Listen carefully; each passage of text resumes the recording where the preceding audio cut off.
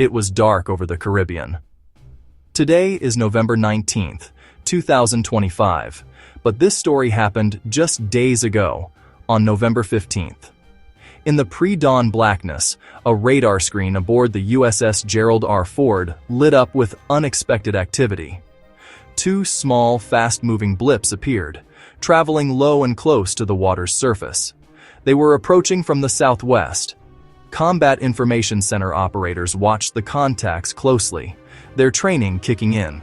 The blips were identified as aircraft.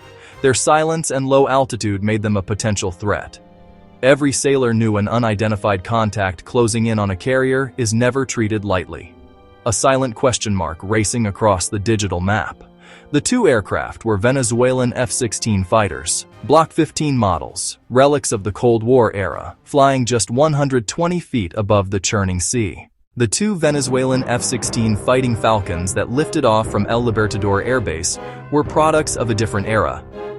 Their airframes were nearly 40 years old, though maintained and upgraded at great expense by the Venezuelan government.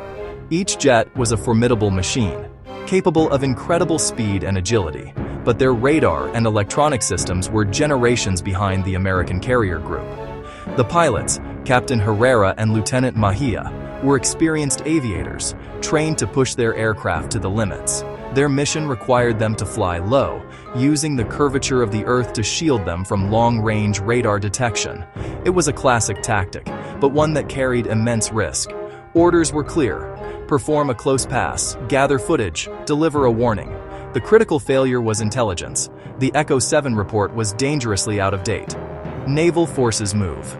Overnight, a U.S. carrier strike group can shift 40 nautical miles or more.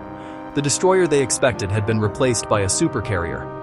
At 37 miles, Mejia's AN/APG-66 began to register the impossible.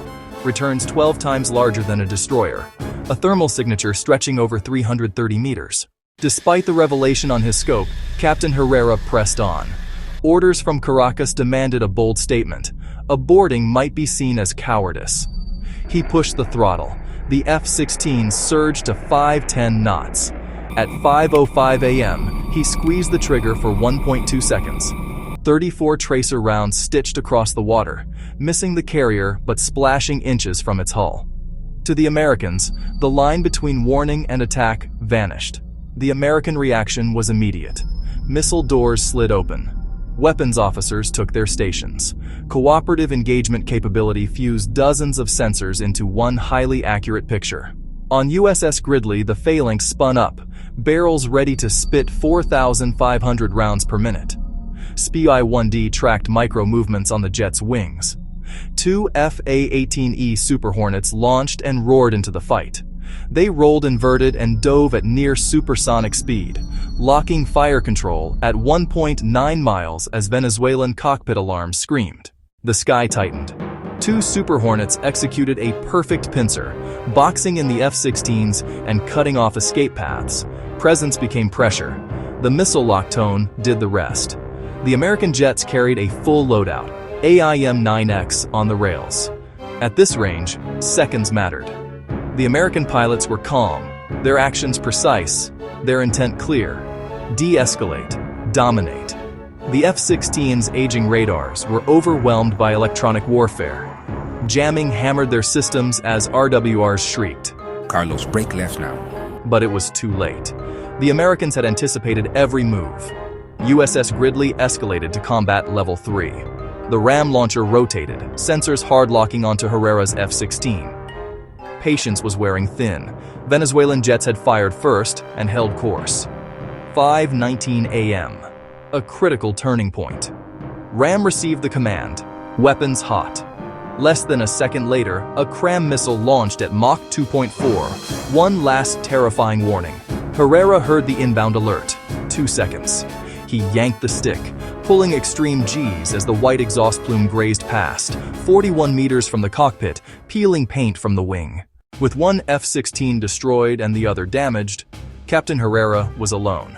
Every American sensor switched priority to the remaining high risk. The automatic kill chain was in motion. On the radio, "I'm hit. Carlos is gone. I'm disengaging. Disengaging." He climbed away, But retreat isn't always safety in modern naval warfare. On the Ford, the F-16 icon flickered yellow, then red. A small acceleration, 11 knots, flagged as a pre-attack maneuver. Two weapons officers called in unison. Target escalating. Request permission to fire. Spawn dagber dansan inman or ban. Super Hornets tightened their circle. AM-120D time to impact, 6 seconds. The room fell silent, the hum of electronics the only sound. Autofire prepared to take over. Herrera heard the terminal phase alert and pleaded, "I'm breaking off! No weapons! I'm climbing out of the zone!" He climbed to 1,200 feet, shut down emitters, and bled speed to 290. The AIM-120D countdown froze at 3 seconds. By 6:10 a.m., President Arsenio Navarro claimed unprovoked attack and demanded international condemnation. In Washington, a single wrong word could ignite a wider conflict. Colombia raised radar alert. Brazil, the Dominican Republic, and Trinidad locked civilian air corridors. Headlines exploded, U.S. shoots down Venezuelan fighter jet. Dogfight over the Caribbean.